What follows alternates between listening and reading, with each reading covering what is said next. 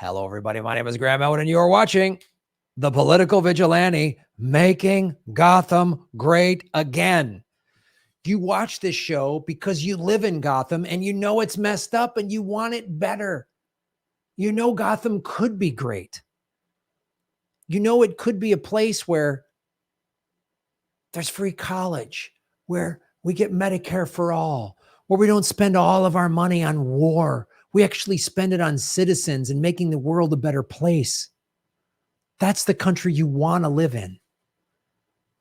That's why you watch this show.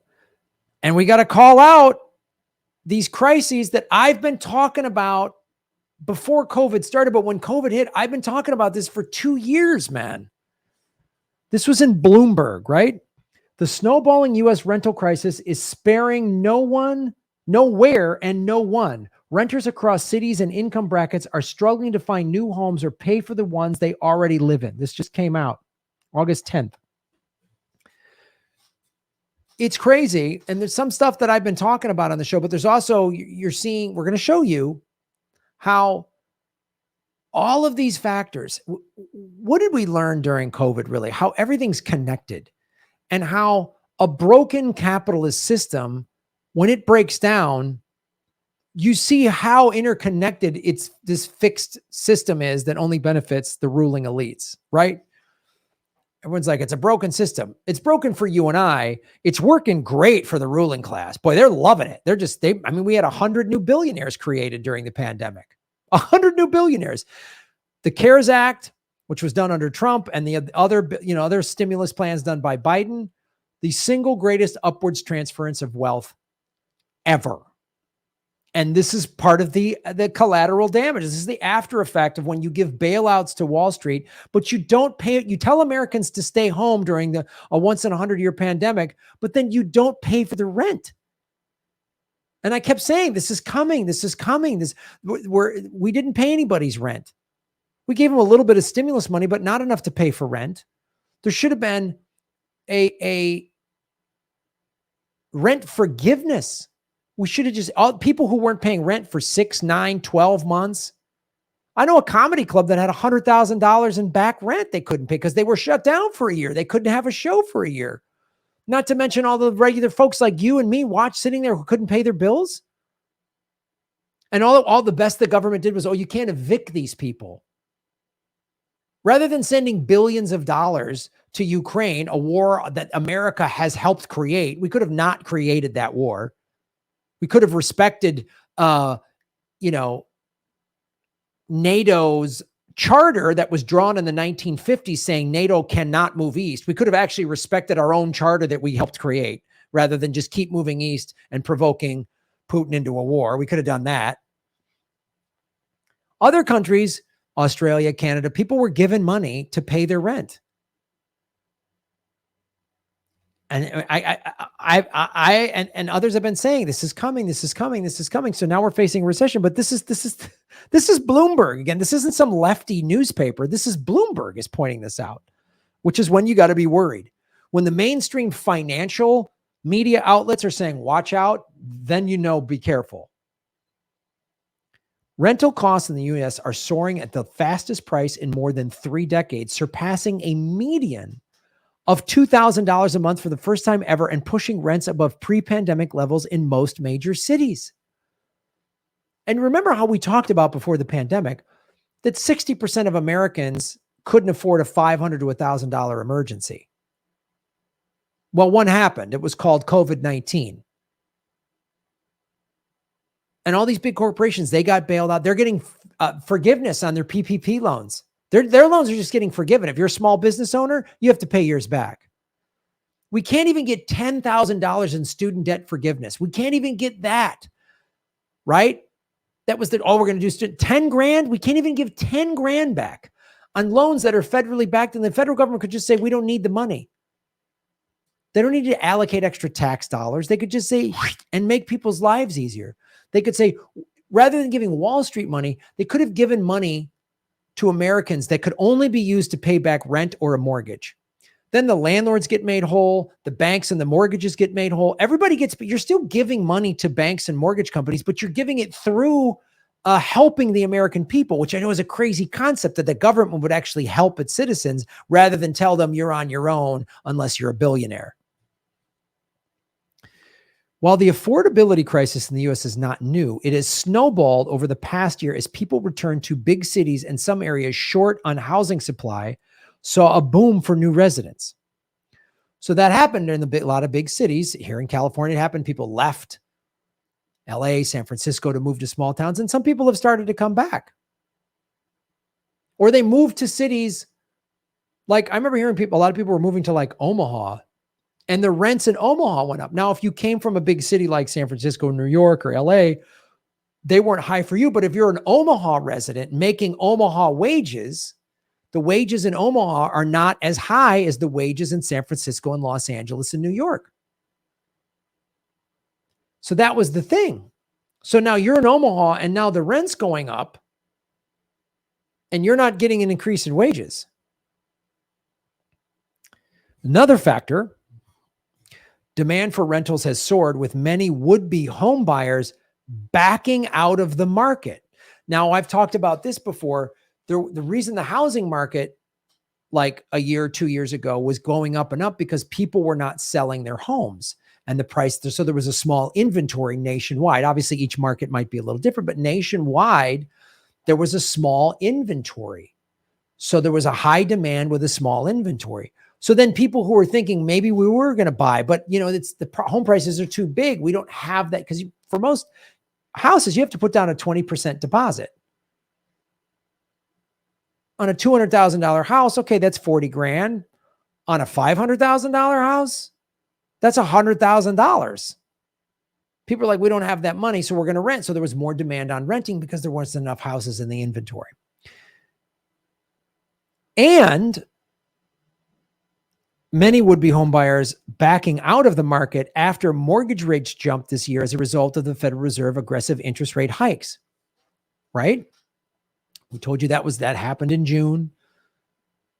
In July 28th, they announced we've had 2 quarters of GDP going down, which is the sign of a recession. But then the Biden administration just says, no, it's not a recession. Everything's great. So they have officially, even though all the indicators that they've always used for saying this is a recession, they've just said, oh no, it's not a recession.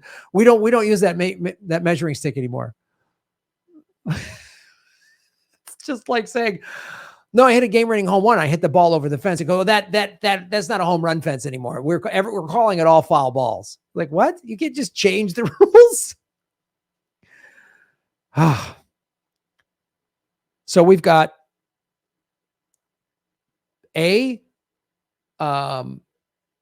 are back. They're back on the rent. There's not enough. People aren't buying houses because there's not enough inventory, and the interest rates have gone up. So now more people are starting to put houses on the market, and I've even seen some house prices come down a little bit for the first time in about 2 years. When it becomes a full-blown recession, which it is not yet, when you start hearing of the 10,000, 20,000 layoffs from big companies, when that starts happening, and that'll happen kind of like a house of cards, it'll be a domino effect. That's going to be tough. And people losing their jobs with rents, all-time high rents. So this is a perfect storm that is being created. And the end of the federal eviction moratorium, combined with dwindling rental assistance, has forced people to make tough choices. Consumer spending is way down because people don't have money. Gas has come down 30 cents. Oh, now it's only $5 a gallon. It was $5.80 or what? Oh, wow, great. But look at this. Single family rent surge. Overall rents rose by a record average of 14% in May from a year earlier. So this is May, and we're in August. It's already gone up. Annual rent inflation. Miami, Florida, almost 40%, almost $2,500. Orlando, $1,900. Vegas, $2,100. And Vegas and Phoenix and Orlando, I was like, oh, those are cheap. Those are cheap places to go move. You can get a place for nothing there. Well, they've all gone up. The whole country's gone up. Phoenix, Look at this. The cheapest increase was Chicago at 10%. Look at these though. 2,100, 1,900, 2,900. Boston is almost $3,000. Austin, Texas, $2,000. Atlanta, Georgia, $1,700. San Diego, $3,300. Phoenix, 2,100. Vegas, 2,100. Orlando, almost $2,000. And Miami, almost 2,500. This is from CoreLogic Rental Trends. What are Americans going to do? And this is the kind of stuff that's going to get the Democrats wiped out in the midterms. And the Republicans will say, "Oh, we're going to help." And they won't. Republicans won't do anything either. This is what drives me nuts about America. Everyone will blame everything about this on Biden. I'm not a Biden fan. I didn't vote for the man. I wouldn't vote for that guy. I didn't vote for the lesser of two rapists in the last election. But this is what the two-party system gets us. When Trump was in office, we got to get Trump out of there. He's awful. And then Biden said, we got to get Biden. So they're going to replace Biden with what? DeSantis or Trump 2.0? They're not going to fix these problems because those guys are going to get put in the White House the same way Biden got put in the White House, by billionaires. By billionaires. But I don't know. I think the democratically controlled Congress, at least they've got our backs. I mean, look at this, that they just, oh, whoops. House passes $839 billion defense bill, swatting down Biden's military plans. This is what I love. This was in Politico. This is what I love about this is swatting down. So they're trying to write this to say what? Biden didn't want all of this? Read the fine print.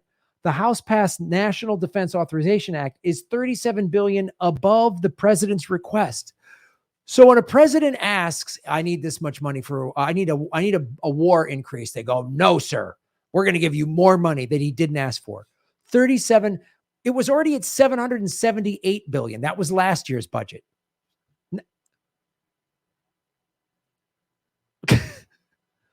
How are we going to pay for it?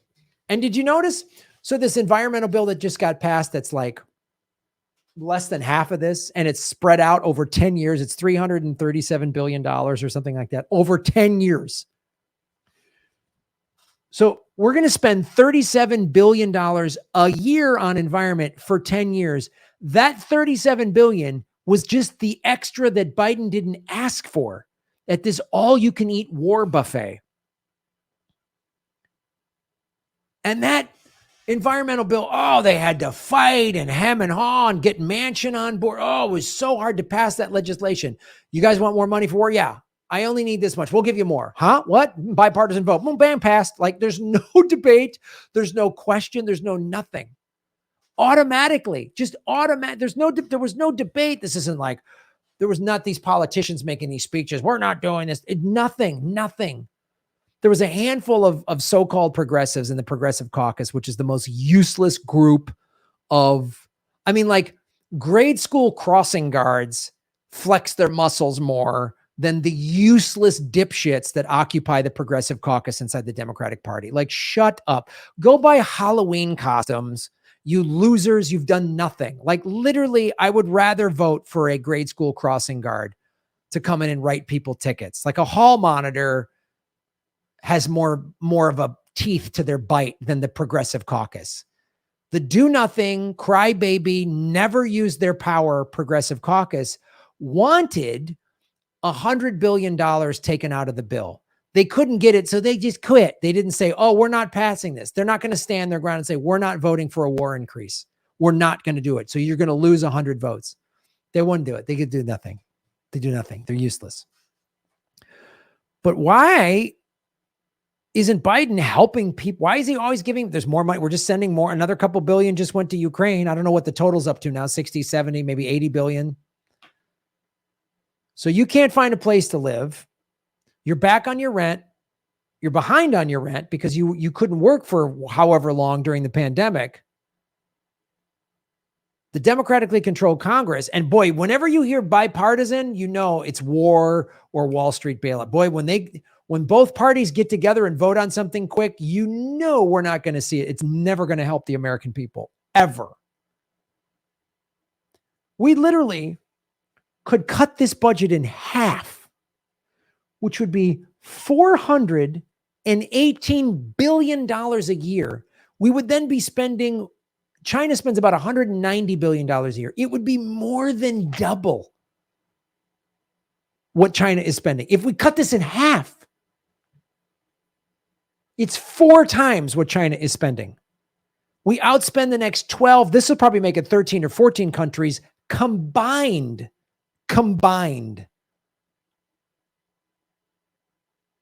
But you can't get any rent relief. You can't get student debt forgiveness, and you can't get free healthcare like they've had in Europe for 70 years. Why is Biden spending so much money on war? I wonder why it's here it is from our good friends Open Secrets. Go to opensecrets.org right now, click pause, and type in Defense Industry Donations 2020. This is what will come up if you don't believe me or want to see for yourself. Trump got $2.7 million for his 2020 campaign. Biden got $3.1 million. What does that tell you? They got almost the same amount of money. We would be having war no matter what. If Trump would have won, this would the only thing different here would say Trump's military plan. The House would give Trump an extra $37 billion. The democratically controlled Congress would, how do I know this? They did it. The Democrats took over Congress in 2018. And they voted to increase Trump's war budget. No problems. A bunch of Democrats in the Senate approved his war budget in 2017 when he first got to office, after he'd already bombed Syria for the first time. So you're stuck with, it's too expensive, or you got to bring in roommates, or you got to Airbnb, your toaster oven now. We all just got to rent out every aspect of our life. 1.5 trillion spending plan. Ukraine aid in, COVID funding out. No COVID funding. Bipartisan support passed 361 to 69. That was back in March. You think they didn't know that this rent thing was coming? We've been talking about it on this show for over a year. But they didn't know? They don't care. They don't care about you. And if you think voting out Biden and voting in Republicans is going to fix it, you're delusional, because Trump didn't care about you either. Trump gave a $1.5 trillion tax break to the richest people in America when he was in the White House. He didn't cut his military budget. We didn't get any great stimulus plan when Trump was in office, the first year of the pandemic. We did nothing. These two parties are utterly corrupt. They don't care about you at all. At all. Remember, bipartisan, when you hear bipartisan, bend over, because a bipartisan red and blue fist is getting oiled up and it's going to come right in your backside. It's going to boom. That's what bipartisan means. We all got to bend over and get fisted by this two-party system. It's an elephant and a donkey fist going.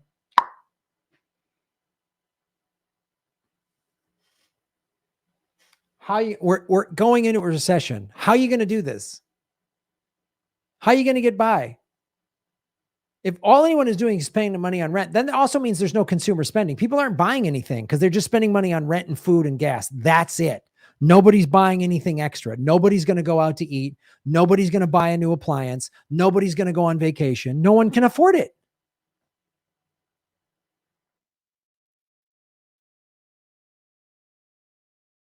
Snowballing rental crisis.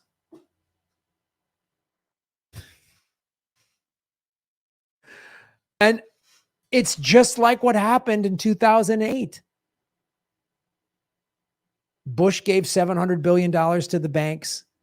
Obama came in. Oh, he was going to hope and change us out of it. He gave almost $1 trillion to the banks. Obama didn't prosecute any of the bankers. Like, they prosecuted bankers in Iceland. This is just the rental crisis. We haven't even talked about the housing bubble that's coming. And nothing got regulated after Obama. No, he didn't regulate anything. We passed Dodd-Frank, which is nothing. Dodd-Frank is a Band-Aid on a gunshot, like a shotgun wound, where like your whole body's like, and someone just comes up with a Band-Aid and goes, here you go. Here's some Neosporin. Like, I'm dying. Here, I did something, God. I'm trying to help.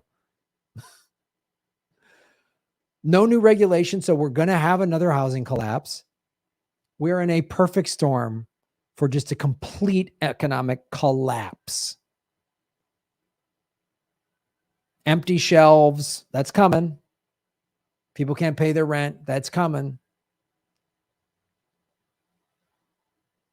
Follow the money, connect the dots, get the truth. Both parties don't care about you. Stop voting third party. Or excuse me, start voting third party. Stop voting for these two corrupt parties. Thanks for watching the show, you guys. I appreciate it. You're the best and smartest fans in the world. And that's why this is the People's Channel, because I'm trying to look out for you. I don't care what your political beliefs are. I don't care if you like me or dislike me. I don't care if you're still mad about me because I said I wanted comedians to feel safe on stage. I'm trying to help you out. I'm giving you this information because I want you to be ready. That's why I tell people to buy Bitcoin. Because the banks are going to go belly up. It does not look good. And this is from Bloomberg. Thanks for watching. Shave your knuckles for justice. Boom.